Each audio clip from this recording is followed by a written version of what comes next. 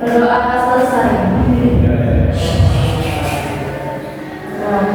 Hari ini apa kabar anak-anak? Baik, Ibu. Masuk semua hari ini? Masuk.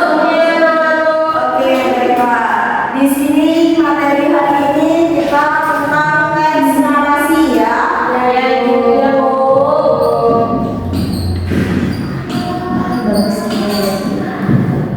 Nah, teks narasi.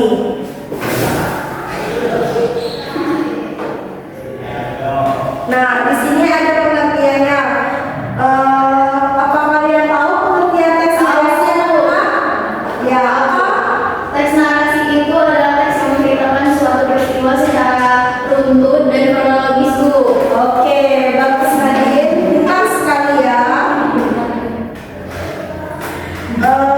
Ya, teks narasi itu adalah teks narasi yang menceritakan suatu peristiwa dan kronologisnya ya, karena Baik, Bu. lanjut struktur teks narasi.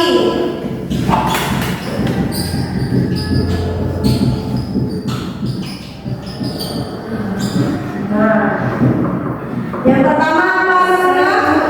Ada yang tahu? Orientasi, Bu. Orientasi, bagus ya. Orientasi ya, bagus anak-anak. Apa itu dari orientasi? Pengenalan mata. Pengenalan mata. Latar, tokoh, Dan waktu cerita, Bu. oke, dan waktu cerita ya. Ya, Bu. Yang kedua, ada yang tahu anak-anak? Saya, Bu. Ya, dari Komplikasi, Bu.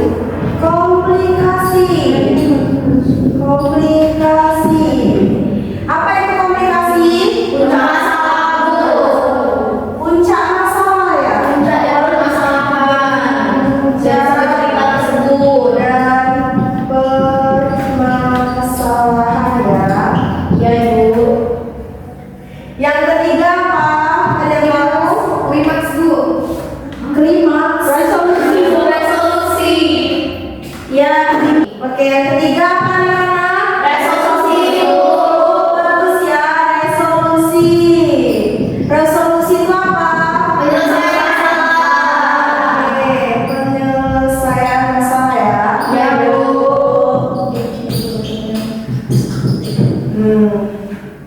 Yang keempat apa anak-anak? Koda, Bu. Koda. Koda itu apa? Pesan moral, Bu. Pesan moral ya.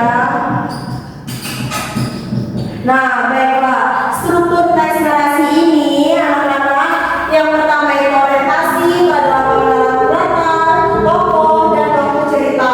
Yang kedua ini adalah komplikasi. Komplikasi ini adalah puncak dan permasalahannya anak-anak. Yang ketiga ini resolusi. Resolusi ini adalah penyelesaian masalah. Yang keempat ini adalah koda. Koda ini adalah pesan moral ya anak-anak. Ya, baik, Bu. Oke, lanjut lagi ya. Selanjutnya adalah pendekatan genre. Pendekatan genre. Yang pertama apa anak-anak? Ada tujuan sosial, Bu. Tujuan sosial.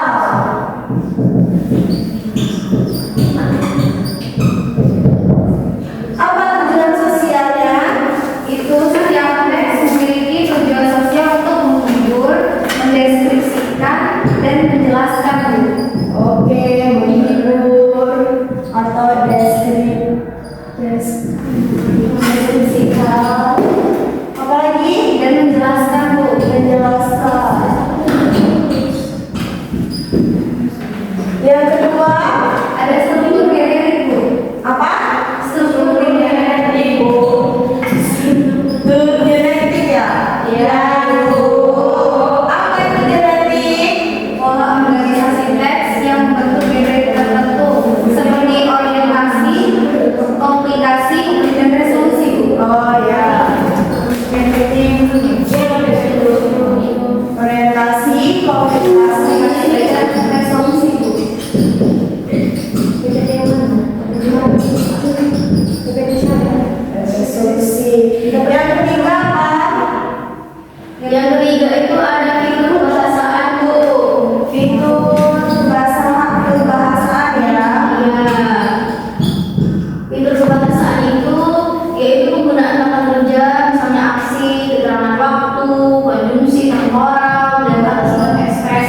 penggunaan kerja aksi.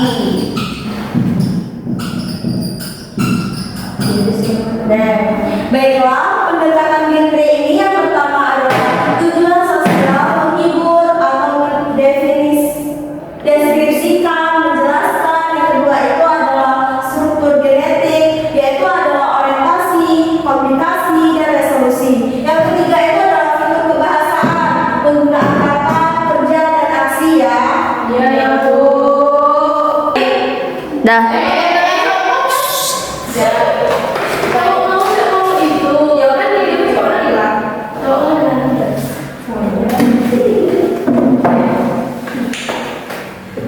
Baiklah, lanjut ya. Di sini ada contoh analisis teks narasi. Nah, apa saja sih contoh teks narasi itu? Ini ada cerita si kancil dan buaya. Nah, orientasinya itu apa, Meli? Orientasinya itu Lanjut ya. Di sini ada contoh analisis teks narasi. Nah, contoh ini ada sebuah cerita si kancil dan buaya. Orientasinya apa, Meli? iya Bu. Jadi orientasi di cerita si kancil dan buaya itu di sebuah hutan lebat hiduplah seekor kancil yang sangat cerdik bernama Cil. Nah, ya betul sekali Meli. Bentar ya. Oke, selanjutnya komplikasinya apa, Fitria? Komplikasinya, suatu hari ia harus menyeberangi sungai yang dihuni banyak buaya yang kelaparan, Bu. Oke, benar ya Fitria, pintar sekali. Resolusinya apa, Tiara? Resolusinya itu dengan kecerdikannya, Cil bisa mengelabui para buaya dengan taktik brilian. Ya, bagus sekali. Ini Tiara. Kodenya Naila apa kodenya? Memang kecerdikan dan keberanian selalu dapat mengalahkan kekuatan yang lebih besar, Bu. Oke, bagus sekali. Pintar sekali ya.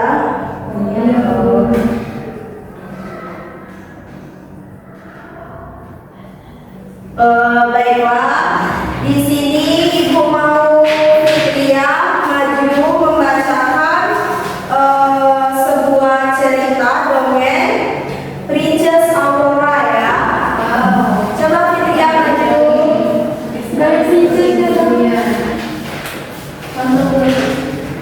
Baiklah, di sini saya akan membacakan Princess Aurora.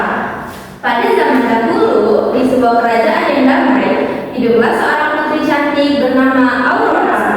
Ia dicintai oleh semua orang karena kebaikan hati dan sifatnya yang lembut. Pada hari kelahirannya, raja dan ratu mengadakan perayaan besar. 3 peri baik datang untuk memberikan berkah. Namun, seorang peri jahat bernama Malefic muncul dan mengutuk Aurora. Ia mengatakan bahwa Aurora berusia 16 tahun, jarinya akan tertutup jarum pemintal dan ia akan berhenti berlomba. Untuk melindunginya, ketiga peri menyembunyikan Aurora di hutan dan membesarkannya sebagai gadis desa dengan nama Briar Rose. Aurora tumbuh dengan bahagia dan gemar bernyanyi serta menjelajahi alam. Pada ulang tahunnya yang ke-16, ia bertemu seorang pangeran baik hati bernama Philip di hutan. Mereka langsung merasa saling tertarik tanpa mengetahui jati diri masing-masing.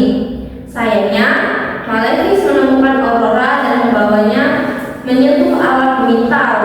Kutukan pun menjadi kenyataan dan Aurora pun tertidur lelap. Para peri membuat seluruh kerajaan tertidur untuk menunggu kutukan itu dipatahkan. Akhirnya, Pangeran Philip menunjukkan cinta sejati dan keberaniannya. Kutukan pun terpecah dan Putri Aurora terbangun dari tidurnya yang panjang. Terima kasih. Oke, bagus. Bagus ya anak-anak. Iya Bu. Oke, baiklah. Di sini kalian pernah mendengarkan cerita Manik Bunda? Pernah, Ibu. Oke, pernah. Siapa di sini yang pernah mendengar cerita Manik Bunda atau Bawang Merah dan Bawang Putih? Pernah, Bu. Kamu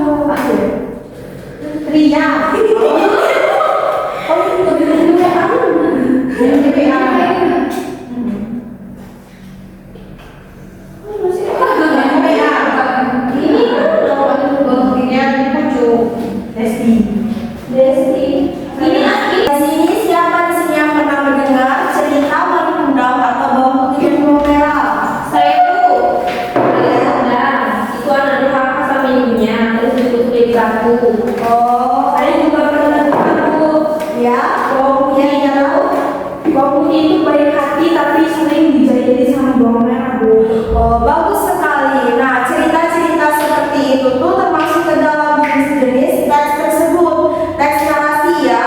Nah, menurut kalian apa yang membuat sebuah cerita itu bisa disebut narasi?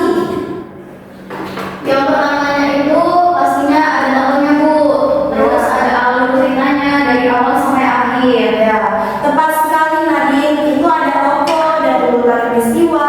Itu ciri khas teks narasi ya. Sekarang Ibu punya pertanyaan. Satu lagi, menurut kalian kenapa cerita-cerita itu dibuat? Apa tujuannya? Saya Bu, Ya, kenapa? untuk menghibur Bu, supaya yang dengar bisa senang. Oh, bagus sekali. Ada lagi? Saya Bu, Iya, Meli. ada juga pesan moralnya Bu. Kayak kalian muda itu ngajarin kita jangan durhaka sama orang tua Bu. Oke, bagus. Luar biasa. Kalian sudah menyebutkan dua tujuan teks narasi. Nah, itulah yang disebut fungsi sosial dan genre narasi. Kita akan belajar lebih dalam tentang ini hari ini ya. Sebelum kita lanjut, Ibu mau memperkenalkan kalian istilahnya bukan. Pak Ustadz, Nah, iya langsung. Bentar dulu. Ibu mau Tiara membacakan, ceritakan sebuah cerita tentang maling kundang. Maju Bu. Ya, Tiara maju.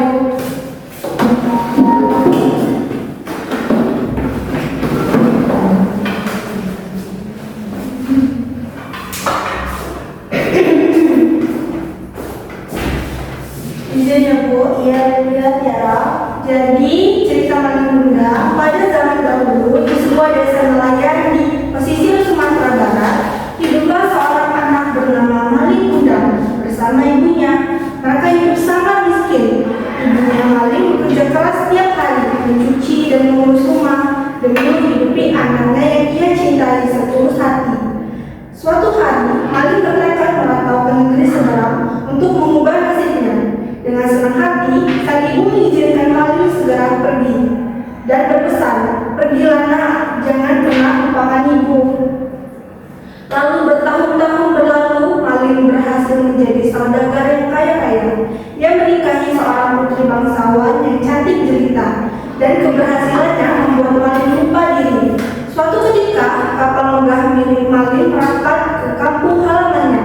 Sang ibu yang sudah tua dan lusuh berlari ke tepi pantai. "Maling, itu anakku Maling," serunya dengan air mata bahagia. Namun, Maling berpaling di hadapan istri dan para awaknya. Ia berkata dingin, "Pergi kau, pengemis tua, aku tidak mengenalimu." Hati sang ibu hancur berkeping-keping. Dengan air mata, ia berdoa, "Ya Tuhan, jika ia memang anakku, hukumlah ia atas kedurhakaan ini." Seketika langit mendung, badai menerjang, dan Maling Kundang beserta kapalnya dikutuk menjadi batu. Oke, baiklah. Apresiasi.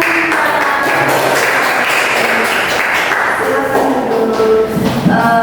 Baiklah, anak-anak sudah membaca teks Maling Kundang ya. Sekarang coba perhatikan bagian pertama yang diasir oleh Tiara tadi. Apa yang kalian temukan di sana? Saya Bu, Ya, ada nama tokohnya Bu, Maling Kundang dan ibunya. Terus ada tempatnya juga di pesisir Sumatera Barat. oke, tepat sekali Nova. Bagian itu kita sebut orientasi. Orientasi itu bertugas memperkenalkan siapa tokohnya, di mana cerita terjadinya, dan kapan peristiwa berlangsung gitu ya. Dalam bahasa genre ini adalah bagian menyiapkan panggung untuk cerita. Ada lagi? saya Bu. Kalau Iya, tadi itu apa ya Bu? Yang Maling berangkat merantau itu Bu sampai jadi kaya Bu. Bagus Nadine. Anak-anak perhatikan. Ya Bu. Bagus Nadine. Itu adalah komplikasi, bagian di mana masalahnya atau konflik mulai muncul dan berkembangnya. Di sini Maling merantau berhasil tapi lupa daratan dia ya. Kurang ajar sama orang tuanya ya. Ya.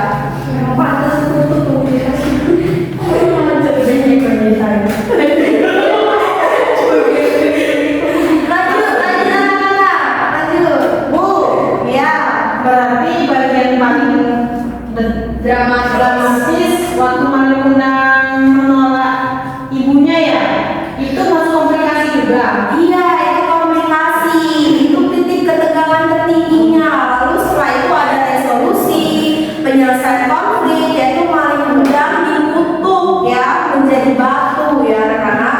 Iya, Ibu. Oke. Bu, jadi strukturnya itu orientasi, komunikasi, resolusi, dan modal ya. Bagus sekali Tiara, persis.